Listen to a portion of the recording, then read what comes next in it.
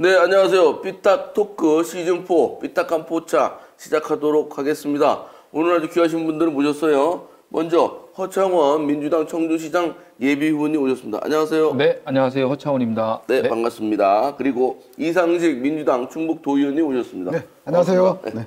저도 예비 후보입니다. 아, 예비후보. 네, 충북도의원 예비후보. 아니, 현역 의원이 또 예비후보까지 같이 하니까 조금 이상하긴 네, 해요. 네, 네. 특혜죠, 특혜. 바야흐로 선거철이니까. 그러니까 도의원이 도의원 나갈 때 특혜. 아, 그러네. 봐요. 선거철은 네. 선거철입니다. 오늘은 이제 두 분 다 민주당 소속이잖아요. 그래서 민주당 인사들을 모시고 이런저런 얘기 나누도록 하겠습니다. 먼저 그 서창원 예비후보님, 네. 요즘 활동이 많으시고, 네. 네가 하면 좋겠다. 네, 네가 하면 좋겠다. 굉장히 시내에 많이 퍼졌어요. 네. 어떻게 활동하고 계십니까? 계속 네가 하면 좋겠다 퍼뜨리고 있습니다. 아, 네, 그래서 어쨌든 사람들이 입으로 네가 하면 좋겠다. 허창원 청주시장. 허창원 네가 하면 좋겠다. 청주시장. 계속 이 얘기만 되풀이하고 있습니다. 아, 효과가 좀 있습니까? 카피? 아마 여기서 나가면 이제 효과가 있지 않을까. 네, 태희한테 좀 도움을 받고자 합니다. 보니까 유명한 분들도 많이 같이 사진을 찍던데. 네. 이제 점점 늘고 있습니다. 근데 그 선거 구호가 네. 다른 사람들이 우리 허창원 후보한테 네가 하면 좋겠다 네. 하면 좋은데 본인은 못 써먹는 거. 네. 본인은 네가 하면 네, 좋겠다 하면 네, 다른 네. 사람이 있잖아요. 아니, 원래 스토리가 이게 있어요. 이게 제가 정치를 하면서 주위 사람들이 정치는 너 같은 친구가 해야 된다라는 이야기를 그 스토리를 따서 그래서 주위 사람들하고 그러면 표어를 정할 때 그러면 뭐 딴 거 없네. 그냥 네가 하면 좋겠다 하면 되겠네. 그래서 가만히 생각해 보니까 그게 제 이야기거든요. 너 같은 친구가 정치를 했으면 좋겠다라는 이야기를 통해서 네가 하면 좋겠다가 나온 겁니다. 저한테도 좀 한번 해주십시오. 네가 하면 좋겠다. 네, 도의원. 고맙습니다. 응원하겠습니다. 그 사무실이 보니까 무심천 옆에 있더군요. 네, 본스대 옆에 서문대교 앞에 있습니다. 그죠? 네. 아주 좋은 자리를 자리 잡았는데 네. 요새 그 무심천에 벚꽃 네. 피어가지고 네. 사람들 엄청 많이 다니잖아요. 네. 거기만 있어도 선거운동이 되겠어요? 벚꽃 특수를 네. 감안해서 어. 거기다가 설치했습니다. 아, 벚꽃 특수를 감안해서. 네, 알겠습니다. 우리 도의원님 예비 후보라고 같이 하셨는데 선거운동 안 하시는 것 같은데요? 선거운동을 안 하지는 않죠. 그런데 이제 선거운동도 여러 가지인데 이제 저도 이제 우리 허 후보님처럼 조금 이제 이 현장에 뭐 바로 내일부터라도 나갈 건데 그 전에는 그 전에 이제 이뤘던 성과들 그리고 함께했던 분들 이런 분들을 만나서 이제 저의 어떤 정견들을 다 얘기하고 이렇게 다니고 있죠. 아니 근데 뭐 거기 될 것 같으니까 그러니까. 뭐 살살하는 좀 거 아니에요? 편하지. 편하게 그냥 뭐 저보다는 편하지. 뭐 선거구도 분구 된대더라 뭐 네, 그러니까 네, 뭐 네. 적수도 없겠더라 뭐 이런 말입니까? 그런 건 아니죠. 네. 거기 보니까 몇 분 국민의힘 후보들이 막 등록을 하긴 했더라고요. 네, 그 뭐 제 지역구 어쨌든 뭐 그 정당에서는 그 한 명의 후보씩은 낼 테니까 뭐 국민의힘이 그래도 제1야당 아니겠습니까? 현재는 뭐 거기도 당일 후보 내고 한 후보가 나와 있죠. 제가 막가는에서 이야기를 하면 네. 이상숙 의원님하고 제가 의정 활동을 같이 했잖아요. 정말 열심히 하셨어요. 제가 제일 잘 아는 의원이고 저희 민주당 원내대표 역할도 하고 계시면서 상이란 상은 거의 다 초반에 다 휩쓸 정도로 정말 열심히 하시는 의원입니다. 아, 상 네. 많이 받으셨어요? 네. 예, 훈훈합니다. 네. 의정대상, 뭐 삐딱- 감사상 뭐 다 받았죠. 아, 삐딱 토크가 이렇게 흘러가면 안 아, 되는데. 그런데요? 제가 처음이라서. 아니 이번에 그만뒀잖아요. 전 의원이 된 거니까 전 의원 되고 나니까 뭐 저거 뭐 아쉬워서 그러는 거예요? 아닙니다. 제가 있는 거를 얘기하는 거예요. 아, 그래요? 그래서 오. 이 지역의 복대동 일대에 정말 경쟁력 있는 후보다. 제가 보증할 수 있다. 아니 지역구가 어디예요? 지금 현재는 그 복대 1, 2동, 복대 1, 2동, 그리고 복명 1동. 복명 1동이고 앞으로 선거가 획정이 되면 이제 어떻게 될지는 예, 좀 몰라요. 약간의 변화가 있을지 그대로 갈지는 뭐. 그 예비 후보님, 네. 뭐 본선 앞서서 예선도 치러야 되잖아요. 네. 누가 현재 한 시장님, 한범도 시장님, 송행정관님, 그렇게. 송행정관님. 네, 어제 저 세 명. 시민단체에서 뭐 평가에 비슷한 거 했던데 뭐 네. 청주시정에 대해서 날카롭게 지적을 많이 했더군요. 아, 그렇습니까? 어제 그건 제가 아직 확인을 못했습니다. 아, 네. 확인을 안 하시고 공격한 모드를 아니 그 이범석 예비후보는 뭐라고 했더라고. 그저 그렇습니까? 뭐 이렇게 같은 식구라고 참아주는 거예요? 아닙니다. 어쨌든 한 시장님이 호불호가 있죠. 호불호가 있는데 민주당의 훌륭한 자산이지요. 자산이라는 거는 자본도 있고 부채도 있는 거라 그만큼 공과 과가 있는 거기 때문에 저희 후보들은 다 훌륭하십니다. 네.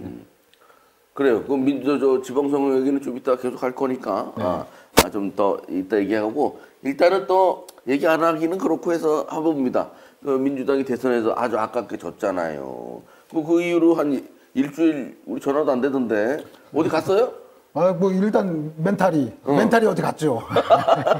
딸이 어디 가가지고 뭐 해서 일주일 동안 안 되더라고. 아, 네. 그래서 이제 뭐 많이 돌아보고 사실은 뭐 이제 그 중앙 정치와 이제 지방 정치 약간의 뭐 차이는 있지만 그래도 공당의 당원으로서 많이 좀 아쉬워하고 그 아쉬움이 왜 이런 결과가 나왔는지 또 반성해 볼 거 반성해 보고 또 앞으로 그러면 내 위치에서 나는 어떻게 할 것인가에 대해서 또 고민을 많이 해봤죠. 그 왜 진 것 같아요, 그래.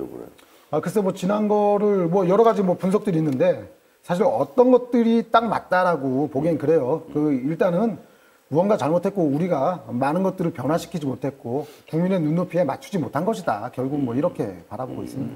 우리 예비 후보님 어떻게 분석이 됐어요? 같은 마음인데요.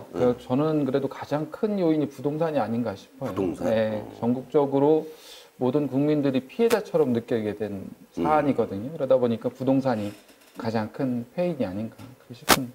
하긴 뭐 2배로 오른 사람도 싫어하고 안 오른 사람은 더 열받고 뭐 이런 부분이 좀 없지 않아 있었는데 어쨌든 좀 굉장히 저 당원 입장에서는 아쉬울 것 같아요. 0.76%죠. 9%면은 엄청나게 적은 차이라 당원들 엄청 속쓰렸을 것 같은데. 많이 속쓰렸죠.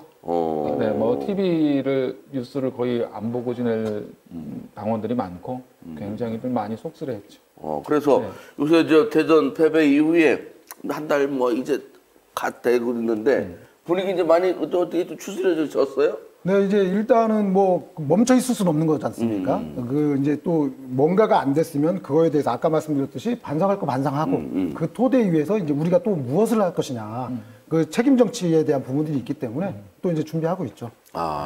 그리고 또 지방선거도 앞서고 있고 하니까 뭔가 좀 다시 이제 힘을 차리긴 해야 될 것 같은데. 그렇죠. 저희 같이 이제 후보들이 일선에서 또 다니면서 지금 이제 거리 인사를 하면 뭐 대선 패배의 아쉬움들을 손인사로다가 대신해 주셔요. 제가 이제 거리 인사를 하면 이번에는 민주당이 꼭 지방선거에서는 승리해야 된다, 이겨야 된다, 많은 수의 당선자들이 나와야 된다라는 그 응원의 메시지들이 거리에 나가면 계속해서 들리고 있습니다. 그래서 지방선거 충분히 해볼 만하다. 저는 그렇게 보고 있어요. 그렇습니까? 네. 뭐 니 탓이야, 네가 운동을 안 해서 그래, 뭐 일부러 이재명 안 찍은 거 아니야? 뭐 이런 내부 총질은 없어요 이제? 아니 지금 사실은 대선이 끝나고 나면 우리들이 다 지난 대선들을 보면 내부 총질이 굉장히 많았잖아요. 사실은 우리가 이 부분들에 봉합되는데도 단시간 안에 봉합이 됐고 일사불란하게 민주당이 하나로 모이고 있습니다. 충북만 봐도 그렇고 그래서 저희들이 지방선거에서는 다시 일어서서 충분히 해볼 만하다. 저는 그렇게 보고 있습니다. 네. 그죠? 의원님도 마찬가지로. 네, 그렇습니다. 네. 분위기가 다시 살아나고 있어요? 그 이제 대선 패배 이후에 어떤 그 책임의 부분들을 좀 전가하는 일부의 그런 그 반응들도 있었는데 그런 것들은 그 많은 아쉬움 속에서 나오는 그 토로였죠. 그런데 이제 시간이 지나면 서로가 또 보듬고 또 이제 무언가 새로운 미래를 준비하는 그런 쪽으로 다 힘이 모아지고 있다. 아까 말씀드렸듯이 이미 정치를 하고 있는 사람들은 책임 정치라는 거에 대해서 그 강한 그런 그 또 책임감, 의지 이런 것들을 느끼고 있거든요. 그래서 이제 그 속에서 다시 또 민주당스럽게 또 다시 이제 준비하고 있다. 하여튼 뭐 기운을 좀 차리시고 다시 뭐 또 다양스럽게 선거가 앞에 있으니까 또 열심히 해야 하는 상황이 되는 것도 다시 기운 차리는 그런 계기가 됐을 것 같습니다. 그 지방선거 얘기로 넘어가겠습니다. 이제 그렇게 하려면 이제 뭐 일단 지방선거 우리 저 시장 후보로도 내셨지만 도지사 후보도 결정하고 그래야 되잖아요. 그 노영민 그 전 실장님으로 뭐 사실상 굳어진 겁니까? 어떻게 곽상원 그분은 어떻게 뭐 예비 후보로 등록도 안 했던데요? 글쎄요. 그리고 뭐 이제 그 많은 언론에서 연락이 안 된다라고 해요. 그래서 전화가 안 된다. 네, 그래서 뭐 실제적으로 그 출마의 의지가 없는 거 아니냐 뭐 이제 이렇게 이제 말씀하시는 분들이 많은데 그 또한도 좀 그 책임이 좀 불명하다. 그런 그 좀 비판의 측면에 있죠. 그런데 뭐 그분은 뭐 비판하고 하기보다는 일단은 어쨌든 그 지역 내에서 활동해온 이제 이러한 어떤 그 과거의 이제 전력들 이런 것들을 봤을 때 노영민 후보로 뭐 기정사실화 돼 있다. 이렇게 보시는 게 맞겠습니다. 어떤 곽상원 후보는 뭐 노무현의 사이라는 어쨌든 브랜드가 있거든요. 근데 어쨌든 훌륭한 후보임에는 확실한데 좀 지역 정서를 아는 부분에 대해서는 아직 제 개인적인 생각은 노영민 실장님의 버금가지 못한다. 왜 그러면 정치는 지역 주민들, 도민들의 정서를 이해하는 후보가 나와서 그 부분에 대해서 정책을 펼칠 때 신뢰가 높아지는 거기 때문에 지금 뭐 노영민 실장님이 후보가 되는 것이 개인적으로는 저희들이 지방선거 치르는 데서도 필승의 전략 아니냐 그렇게 보고 있습니다. 그 곽상원 지금 그 전 위원장, 동남상원 위원장이 최근에 저 청주에 모 인사한테 전화했대요. 도와달라고. 아, 그래요? 그런데 전화 받은 사람이 도와주고 싶어도 뭐 말씀하신 것처럼 활동도 안 하고 선거 때도 지역에 거의 없었다네요. 그렇죠. 뭐 그러면서 좀 이렇게 불편하게 응답을 했다고 하고 그래서 다른 사람들하고 이제 뭐 얘기를 나누는가 본데 네네.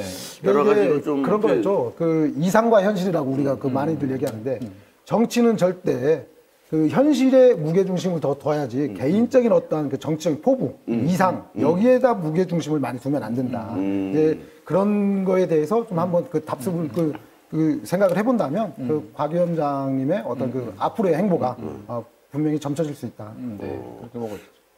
글쎄 뭐 안 될 사람이 경선하면 돈 들어가잖아. 절 보고 하시는 건 아니죠? 아이고 이쪽 보고 얘기해서 미안합니다. 이쪽 보고 얘기했어야 되는데. 역시 삐딱한 될 사람이니까 괜찮아요. 네. 그래서 그렇군요. 그 노영민 전 실장께서 요새 활발하게 활동을 하더라고요. 네, 활발하게. 엊그젠가도 뭐 주진우 라이브랑 통화 뭐 어제도 어디 뭐 다 중앙방송하고만 통화를 하고 아까 오다 보니까 그 공단 오거리에 완전히 건물을 이렇게 퍽 싸듯이 현수막을 붙였어. 그래서 엄청 크게 붙였던데. 현수막을? 네. 기세가 어떻습니까?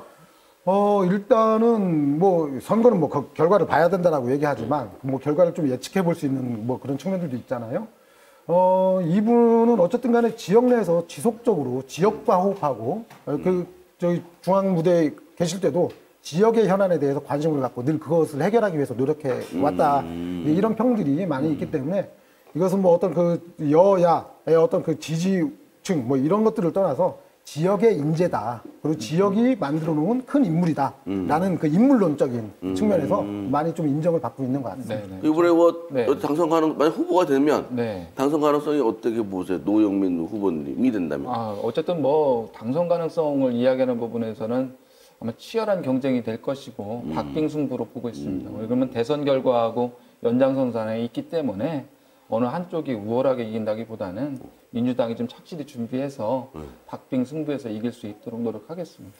제가 오늘 오전에 이제 들은 얘기인데 모 여론조사가 이제 오후에 좀 공개될 예정이다라고 하더라고요. 그 리얼미터가 한다는 그거예요? 그렇죠. 뭐 자꾸 전화가 뭐 올 거라고 그러는데 나한테 안 오던데 아직. 근데 뭐 거기에서 뭐 상당한 좀 격차가 있는 거로 이렇게 뭐 조사되었다라는 그 좀 얘기를 전해 들었습니다. 오늘 오후에 발표가 됩니까? 그거 한번 눈여겨서 보도록 하고 그 국민의힘은 거기 뭐 4명인가 5명인가 나온다고 막 엄청 혼전을 하고 있고 대통령이 또 일단 바뀌잖아요. 그 어떻게 그 야당 1번으로 나가는 거죠? 민주당 1번인 거죠? 1번이죠. 그래도 이제 야당 국회의원 의석 수로 하기 때문에 1번이지만 어떻게 좀 그런 여러 가지 정황이 이렇게 만만치 않겠네요.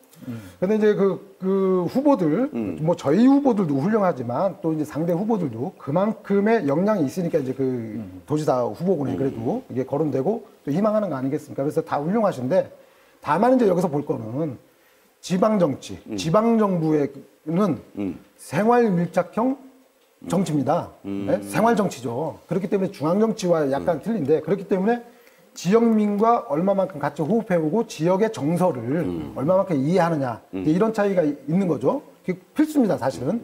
그렇기 때문에 지역 출신이냐 아니면 지역에서 무엇을 했냐 이렇게 유권자들도 많이 묻는 건데 요즘 좀 국민의힘 후보들을 보면 몇 분은 정말 지역하고 이렇게 괴리돼 있다가 그러니까 대선에서 그 자당이 이기고 나니까 그 시너지를 얻어서 어떻게 정치적인 목적을 한번 뭐 이렇게 좀 해보겠다 이렇게 오시는 분들이 있어서 이것은 뭐 제가 민주당의 어떤 당원의 입장을 떠나서 충북 도민의 입장에서 참 저런 것들은 너무하다. 그러니까 아까 말씀드린 대로 현실을 보지 않고 이상이 너무 앞서가 있다. 그 이상도 자기의 개인적인 정치적인 목표 이렇게만 좀 돼 있는 거 아니냐 해서 좀 아쉬운 부분이 없잖아 있죠. 아니 말씀 정말 잘하셨는데 아니 좀 지역 정서에 맞게끔 너무 충청북도와 청주를 우습게 보는 게 아니냐. 이 지역에서 정서에 맞는 사람들 그리고 이 지역에서 생활하면서 이 지역에 무엇이 필요하고 어떻게 발전 전략을 짤 수 있는 사람들이 후보가 돼야 되는데 이거 도대체 충청북도가 얼마나 우습게 보이면 그냥 막 낙하산으로다가 그냥 막 이 사람 저 사람 떨어뜨리고 뭐 도대체 이게 어떻게 하자는 건지 충청북도하고 청주시를 너무 우습게 보지 말라. 저는 꼭 그 말을 드리고 이제 그분들을 보면 좀 제가 그분들을 좀 그 비판적인 입장에서 좀 또 한번 이제 삐딱하니까. 삐딱하게 보셔야 됩니다. 삐딱하게 좀 한번 봐보면 그 뭐 이제 그 이모 전 의원 있죠. 네, 이해운 전 의원? 네, 그렇죠. 아, 이거 이모 이런 거 필요 없어요. 고모예요? 자, 이해운 전 의원. 자, 김영환 전 의원. 네. 자, 대체적으로 지역과 같이 호흡하지 않았는데 지금 내려와요. 예? 참 이게 문제죠. 자, 여기에 지금 내려온다는 얘기는 뭐냐면 중앙정치무대에서 왜 중앙정치에서 이제 그 노시던 분들이에요. 속된 말로. 그런데 갑자기 내려온다고 얘기하는 건 중앙정치권에서의 존재감이 그만큼 없어졌다. 본인들 스스로가 없어졌어요. 자, 이제 정치적인 어떤 생명력이 사그러들고 있다. 그런 분들이거든요. 그런 분들이 그러면 이 충북에 와서 뭐를 해보겠다. 이렇게 하는 게 충북 도민의 입장에서 정말 자존심 상하죠. 그리고 그분들도 그래요. 뭐 예산이든 뭐 현안이든 그래도 늘 충북에 대해서 신경 쓰고 있었다. 자, 신경 썼으면 그 결과물은 뭐냐 그러면. 결과물을 한번 밝혀줘야죠. 결과물은 없어요. 늘 충북에 대해서 신경 쓰고 있었습니다. 자, 추상적으로 이렇게 얘기해서 충북 도민들을 현혹시킬 것은 아니다. 정말 그것은 정치인으로서의 정말 그 자세가 잘못됐다. 저는 이렇게 봐요. 근데 삐딱한 얘기는 저분이 잘하셔요. 저는 잘 못하는데. 여기는 뭐 네가 하면 좋겠다만 들으면 돼요. 그럼 뭐 저 반듯한 정치인, 삐딱한 정치인을 했습니다. 바른 정치, 저는 맨 처음에 바른 정치, 좋은 정치 이걸 갖고 나온 사람이라 늘 그렇게 이야기하는데 그래도 이번만큼은 잘못했다. 여기서 저는 뭐 청주에서 나고 자라서 계속해서 성장한 사람인데 아무려면 저희들이 정서를 잘 알지. 무슨 뭐 중앙 정치 한다고 했다가 무슨 뭐 아버지의 고향이에요. 뭐 내가 예전에 거기서 살았었어요. 이건 아니잖아요. 자, 우리가 다른 공부는 정말 벼락치기해서 약 한순간에 성적을 좀 올릴 수는 있어요. 근데 이 정치는 잠깐만에 벼락 공부하듯이 해가지고 지역 현안을 다 얻을 수가 없습니다. 자, 지역의 현안이라는 게요. 뭐 하나 유치하자. 이게 그럼 왜 유치하는지. 그러면 그 유치를 하기 위해서 그러면 지역민들은 자, 그럼 반대급부는 있는지 없는지 이런 것들이요 장시간 동안에 이렇게 이루어지는 거거든요. 그것을 그렇기 때문에 지역에서 같이 몸담고 지역의 현안에 대해서 같이 고민하고 또 지역민들과 지혜를 모아보는 이런 과정 속에서 쌓아지는 게 정치인데 정치를 그렇게 그 벼락치기 하듯이 정말 저는 뭐 이게 지방 정치지만 같은 정치인의 입장에서 뭐 동급은 아니지만 정치인의 입장에서 봐도 이것은 정말 틀리다. 이것은 정치 전반에 대한 불신을 가져올 수밖에 없는 것이기 때문에 정치인의 입장에서도 다소 불편하다. 그만 얘기해줘. 이 얘기 그만 얘기해. 그분들이 후보가 되면 어떻게 또 상대가 좀 껄끄러워진 건가? 어떻게? 아니, 전혀 껄끄럽지 아닙니까? 않죠. 또 자, 네. 근데 아까 또 얘기했던 그 두 분을 보면 자, 이제 정당도 문제가 있어요. 자, 그 김영환 의원은 뭐 이제 예전에 민주당 있다가 있었죠. 국민의당 갔다가 이제 또 다시 이제 또 국민의힘으로 이제 돌아왔고 이해운 의원도 그렇습니다. 이해운 의원은 서초에서 삼선 의원을 했죠. 자, 그런데 이제 그 다음에는 동대문 을로 밀려났어요. 거기 가서 경선을 했죠. 자, 이게 뭐냐면 자기가 오랫동안 한 지역. 자, 아까 말씀드린 대로 지역민과 호흡해 왔어요. 그런데 당에서 거기에 공천을 못 주겠다라고 하고 딴 데로 내보냈습니다. 자, 일단 거기에서부터 이 사람의 그 정치적인 생명들은 이미 잊혀져 가고 있었다. 이제 이렇게 보는 거죠. 아니 그분들 경선에 안 될 확률이 높으니까 그만 얘기해. 너무 띄워주는 거 같아. 아, 그런 겁니까? 나 견제하시는 건 같더니 아, 그게 아니다. 자, 그럼 뭐 도지사 얘기하지 말고 네네. 또 남 얘기하지 말고 청주시장 얘기나 해보자고요. 청주시장 얘기하죠. 청주시장 네. 민주당 경선 그 일정이 어떻게 돼요? 지금 아직 뭐 세부 일정은 안 나왔는데요. 한 뭐 4월 중에 끝나지 않을까. 4월 중에 4월 말 전에는 그 끝내겠다. 이게 이제 그 도당의 입장입니다. 그러니까 모든 그 공천을 아니 그 모든 것들이 좀 다소 좀 남아 있을 수는 있죠. 다만 그렇지만 가능한 모든 선거들을 후보를 그때까지 좀 정해 보겠다. 이제 그런 와중에서도 단체장들은 어쨌든 선거의 범위가 넓고 만나야 되는 유권자가 많지 않습니까? 그렇기 때문에 조금 더 일찍 좀 정리를 하겠다. 그게 좀 필요하긴 하겠네요. 네, 좀 빨리 좀 혹시 후유증이 있을 수도 있으니까. 네. 그럼 방식은 어떻게 돼요? 지금 뭐 예년의 방식 아직 좀 결정된 게 아니니까 예년의 방식을 보면 시민 여론조사 50%, 네. 저희 권리당원 50% 해서 50대 50 정도 아마 그렇게 결정이 되지 않을까 싶습니다. 그러면 현재 3명이 이제 예상이 되는데 그 정도로 해서 네. 3명을 다 네. 예전에 뭐 2명만 붙이고 그랬잖아요. 그런데 그게 이제 예를 들어서 후보가 한 5명 돼요. 뭐 그렇다면 여론조사를 할 때 정말 이게 이 5명에 대한 그 지지율은 아니다 보니까 변별력이 좀 떨어질 수가 있죠. 그럴 때는 뭐 이제 이 후보를 좁혀서 이렇게 경선을 할 수 있는데 저는 뭐 개인적으로 생각해 보는데 지금 뭐 한 3명 정도면 다 같이 경선을 해도 변별력은 충분히 나올 것이다. 그럼 이거 3명 중에 누구 지지하세요? 네. 아시지 않습니까? 알겠습니다. 제가 물어보려고 했더니 마음이 급하시구만. 네, 네, 네. 아 그러니까 3명이 되면 네. 불리한 거 아니에요? 현 시장 있지, 네. 청와대에서 오지, 네. 그 다음에 저기 도의에서 가시는 건데 네. 어떻게 전략은 어떻게 짜고 있습니까? 어쨌든 보면은 이제 노영민 실장이라는 그 카드가 이제 만들어지거든요. 도지사 후보로 만약에 만들어진다면 그러면 노영민 카드하고 과연 누가 어울릴 것인가라는 고민들을 많이 하겠죠, 시민들이. 그럼 민주당의 그럼 런닝메이트가 어떻게 될 것이냐. 노영민이라는 경력과 경험과 실력을 갖춘 후보가 도지사 후보라면 그 선배가 되는 한범덕 시장님이 만들어지는 게 좋을 것인지 아니면 노영민 실장님과 허창원이라는 패기 있는 젊은 친구가 해서 경륜은 도 쪽에서 갖추고 일은 시 쪽에서 할 수 있는 젊은 친구가 맡게 되면 이 런닝메이트 카드가 민주당의 필승 카드가 아니겠느냐라는 부분에 대해서 민주당이나 시민들이 이제 생각하기 시작했다. 그러니까 네가 하면 좋겠다. 이 얘기가 퍼지기 시작했다. 그러니까 이제 유권자들이 단순하게 어떤 뭐 이게 경선이 뭐 인기 투표냐 뭐 이렇게 바라보시는 분들도 있지만 결코 그렇지 않거든요. 정말 유권자들은 현명하다. 전략적인 선택을 잘 하신다. 뭐 당원들이면 그 당의 입장에서 더 전략적으로 잘 하시겠죠. 지금 세 분의 이제 후보들 보면 이제 한범덕 현 시장님 그 오랫동안의 그 시정 경험도 있고 이런 그 강점이 있어요. 그리고 오랜 행정 경험. 그리고 이제 뭐 우리 송재봉 그 후보 같은 경우에 뭐 이제 시민단체 활동했던 그런 강점들 그리고 그 청와대에서 하면서의 어떤 그 다양한 행정 경험 이제 이런 게 있고 우리 허창원 후보 같은 경우에 실제적으로 아까 이제 누누이 말씀드리지만 생활 정치. 자, 지방 정치는 생활 정치입니다. 그 생활 정치의 공간에서 오랫동안 해왔던 이런 강점들, 이런 것들 세 개를 놓고 정말 우리 당원들과 일반 유권자가 전략적인 선택을 잘 할 것이다. 그 노영민 후보님 무슨 생각을 하고 있대요? 친하잖아. 어디 얘기 좀 해봐요. 아니 노영민 실장이 뭐 생각을 하고 있다 그래서 그 생각이 유권자 전반의 생각은 아니잖아요. 그렇기 때문에 어쨌든 개인의 생각이 아니라 유권자들의 생각 그것들이 모아지는 그 과정이 경선이다. 그럼 노영민 전 실장님은 마음은 한범덕 곁으로인가 어떻게 된 거? 어떻게 소식통 좀 몰라요? 아니 그 노영민 실장님은 어쨌든 도지사 후보기 때문에 그 마음을 어디다 이렇게 한 군데다 주긴 그렇고 어쨌든 다 오를 수밖에 없는 위치고 어쨌든 그 저희들이 주어진 상황 가운데 우리가 무엇을 하겠다라는 부분들에 이제 어필을 하면서 과연 런닝메이트 카드가 어떻게 만들어질 것이냐 저는 그게 중요하다고 보고 저 뭐 할 건지 대표님한테 한번 물어보시죠. 아니 마음이 급해. 아니 뭐가 질문이 없길래.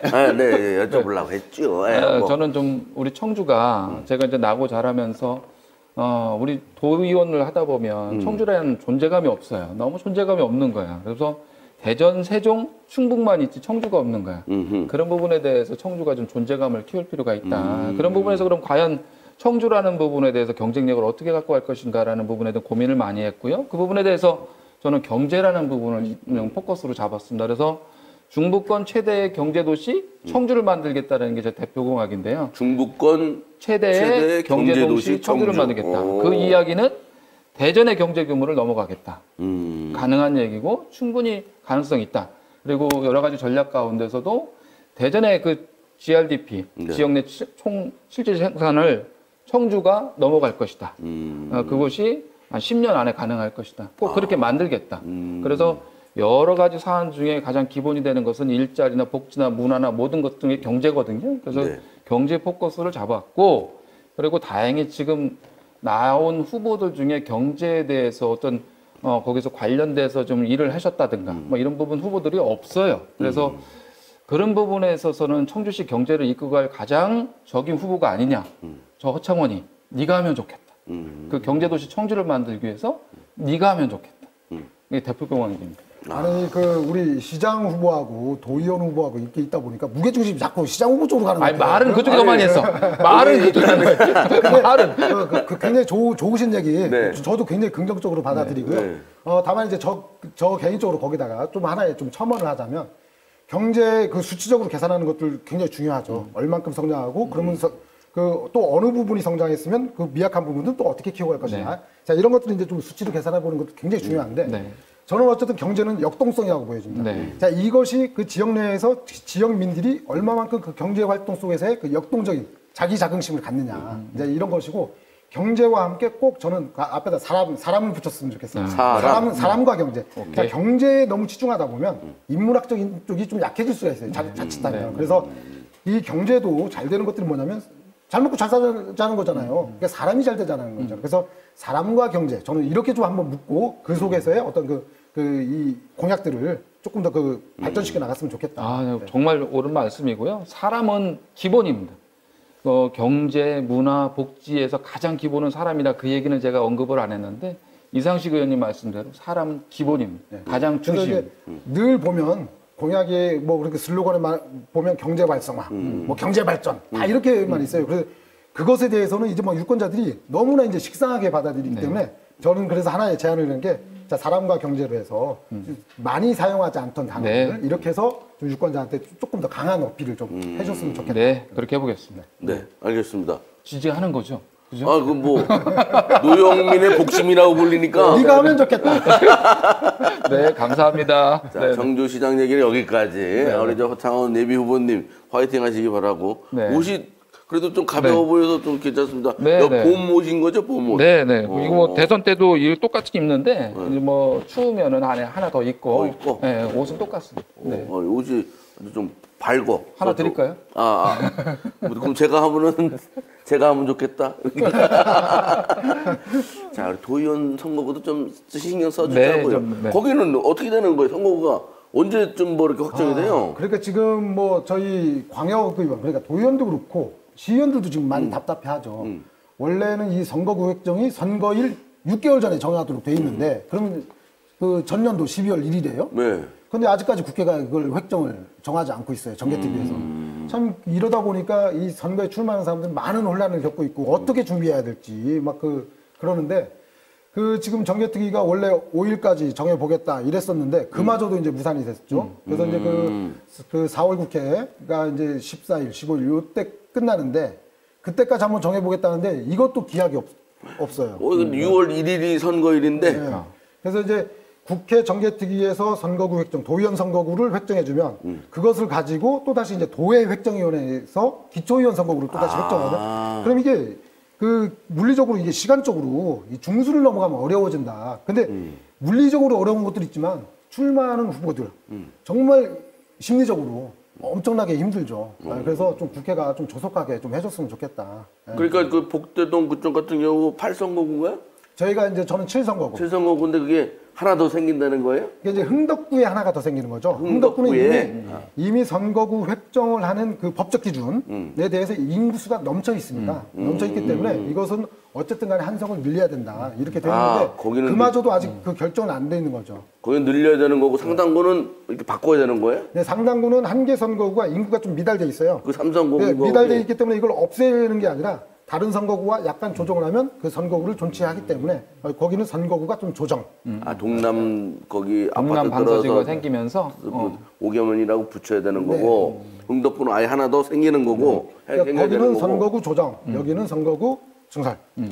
하긴 또 없어지는 데도 있을 수 있다고 하니까 영동인가 뭐 거기 거기는 이제 법적 기준의 인구수에 이제 그 미달이 되죠. 영동하고 옥천 옥천이. 두 군데죠. 영동 옥천. 그러면 일단은 그 예비 후보로 등록하셨잖아요. 네. 그러니까 7선거구로 보고 이제 하는 거고. 그렇죠. 근데 저 동네가 딴 지역구로 이렇게 분산될 거 나눠질 거라고 보면 가기가 좀 그렇겠네요. 그래도 가야죠, 뭐 현재까지는. 그런데 이제 저희가 이제 좀 답답해하는 부분들보다 아까 말씀드린 것처럼 이제 우리 시의원들, 시의원들은 중선거구잖아요. 중선거구다 보니까 여기는 1대1 그 싸움이 아니잖아요. 여러 명이 같이 이렇게 선거를 하기 때문에 굉장히 그 여러 가지 미묘한 감정들이 또 있어요. 그리고 만약에 선거구가 나뉘어서 저쪽으로 가면 나는 저쪽 그 지역에 그 강점이 있으니 그럼 저쪽으로 옮겨가야 되는데 뭐 이제 이런 생각들도 할 수 있잖아요. 그렇기 때문에 기초의원들이 굉장히 더 복잡한 속내가 있다. 이거 보니까 그 국민의힘은 예비 후보가 많고 네. 그 민주당은 의외로 예비 후보가 현역들도 많은데 좀 적더라고. 그런 것들도 좀 그런 이유가 있나? 네, 뭐 여러 가지 사안들이 이런 있죠. 것 뭐 때문에. 당내 사정도 있고 지역구 사정도 있고 그런 부분들이 다 여러 그러니까 사안들이 이제 그 있습니다. 지난 지방선거 때 저희 그 민주당이 그 좀 다수를 차지했지 않습니까? 그러다 보니까 지금 민주당 현역 의원들이 많은 거죠. 자, 현역 의원들이 그 정말로 근데 그 지난번 보면 시의원도 그렇고 도의회도 그렇고 민주당 의원들 정말 우리 허창원 의원님도 그러셨지만 일 정말 열심히 잘 했거든요. 그러다 보니까 당내에서도 저렇게 일을 잘 했는데 좀 뭐 도전을 해보기가 좀 또 껄끄러운 뭐 이제 그런 것들도 있어요. 그래서 기존에 현역 의원들이 많기 때문에 예비 후보가 다소 좀 적다. 이렇게도 바라볼 수 있죠. 아, 그럴 수도 있겠네. 네, 그죠? 현역 의원들이 다들 출마를 하니까 준비를 하고 있으니까. 네. 거기는 당내 경쟁자 없어요? 그건 모르죠, 아직은. 여유가 넘치시는 것 같다, 그지? 준비해 보실래요? 아니, 그 우리 동네 근처인 것 같은데. 그러니까 아니, 우리 의원님은 그래서 뭐 대표적인 이번에 공약? 뭐, 캐치프레이즈 뭘로 잡으셨습니까? 제 슬로건은 제가 이제 늘 생활정치 얘기하지만 정말 지방의회와 지방정부는 생활정치, 주민 밀착형 생활정치 해야 된다. 그래서 상식이 통하는 생활정치. 또 상식이요? 네.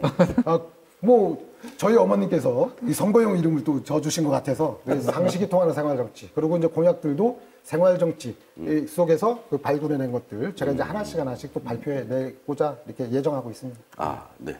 알겠습니다. 사람과 경제, 사람과 상식. 네. 그래서 잘 화이팅 하시기 바랍니다. 예, 그런데 어쨌든 그 야당은 겪어보지 못했죠. 의원님도 그렇고. 의원님은 뭐 저는 의원하고 뭐, 나서는, 네, 그죠? 네, 그렇죠. 의원하고 나서는. 네, 네. 예전에는 보좌관도 하셨으니까 여러 사정을 많이 알지만, 이제 5월 달이 되면은 이제 야당 하셔야 되잖아요. 네, 네. 야당 정치인으로 어떻게 살아가실 계획이십니까? 박근혜 대통령 때도 제가 이제 도당의 대변인이었었으니까요. 뭐 충분히 경험이 있고 어쨌든 견제할 부분들은 견제하고 또 저희들이 도민들이나 시민들한테 신뢰를 얻을 수 있는 그런 생활 정치 또 잦은 만남들 통해서 그런 교감들을 만들어 가야죠. 좋은 정치 하겠습니다. 네, 알겠습니다. 이게 그 여야가 바뀌면요. 제일 먼저 저희가 이제 이 모임 같은 데서 위와 여가 위와 야로 바뀝니다. 이제. 그렇습니까? 근데 이제 농담이고요. 그렇습니다. 이게 만약에 이제 저희가 또 다시 이제 의회에 또 진출하게 되면 4년의 임기는 그거는 제가 권한을 개인이 얻은 게 아니에요. 도민들의 유권자의 권한을 잠깐 4년 동안 임기 동안 위임받는 거거든요. 자, 그럼 그 입장을 견지하고 그러고 하면 된다. 이게 여야가 바뀌었다고 해가지고 제가 추구하고자 하는 정치의 가치와 철학 이것이 바뀌는 건 아니거든요. 그렇기 때문에 원칙적인 입장들 그리고 지방의회가 해야 되는 일들 이거에 대해서 진정성 있게 뭐 하면 된다. 그리고 유권자와 같이 유권자에게 나의 진정성을 보여주고 그리고 유권자와 함께 호흡하는 그런 정치 하겠습니다. 네, 알겠습니다. 어쨌든 뭐 대통령이 바뀌는 것보다 지역의 정치가 계속 또 활성화되고 또 지역의 정치가 잘 되는 역할을 하셔야 되는 거는 뭐 변함없는 사실이네요. 네. 근데 저 죄송한 질문인데 경선에 떨어지면 또는 저기 본선에서 떨어지면 어떻게 이제 정치 안 해요? 어떻게? 그 말씀은 왜 질문을 하시죠? 그냥 한번 해보는 거예요. 아니 정치는 지금 선거에 올인하지 다음 선거까지는 생각을 안 하는데 정치를 그만둘 일이 있겠습니까? 생활 정치를 이야기를 했고 그 부분에 대해서 늘 도전하면서 시민들이 원하고 도민들이 원하면 저희 역할을 충분히 계속해서 할 생각입니다. 그 정치의 과정, 정치인이 준비가 되어지는 과정, 뭐 오르막도 있고 내리막도 있을 수 있어요. 그렇기 때문에 무언가 하나의 어떤 아쉬운 점이 있기 때문에 그 중간에서 포기한다. 이거는 또한 정치인으로서의 책임 있는 자세가 아니다. 저는 이렇게 보여집니다. 그래서 오르막이든 내리막이든 그 속에서 정치인이 느끼고 내가 해야 될 것들이 무엇인지 파악하는 것. 이게 정치인으로서의 정치인이 되어가는 과정이다. 이렇게. 네. 저분 평론가 같다. 여유가 있다니까. 그러니까. 남 얘기하듯이. 그러니까 많이 좀 도와주세요. 유권자 여러분 많이 좀 도와주세요. 이제서 간신히. 저분 여유 있어요. 저 좀 도와주세요. 제가 여유 없어요. 알겠습니다. 일단 두 분 모두 뭐 처제와 환경에 이렇게 뭐 굴하는 그런 분들이 아니기 때문에 네. 좋은 정치 앞으로도 계속 하실 거라고 저는 믿습니다. 네. 화이팅 하시고 네. 또 코로나 걸리지 마시고 코로나 걸리면 어디 가지도 못하잖아요. 네, 그렇게 부탁드리겠습니다. 네. 고맙습니다. 네, 고맙습니다. 감사합니다.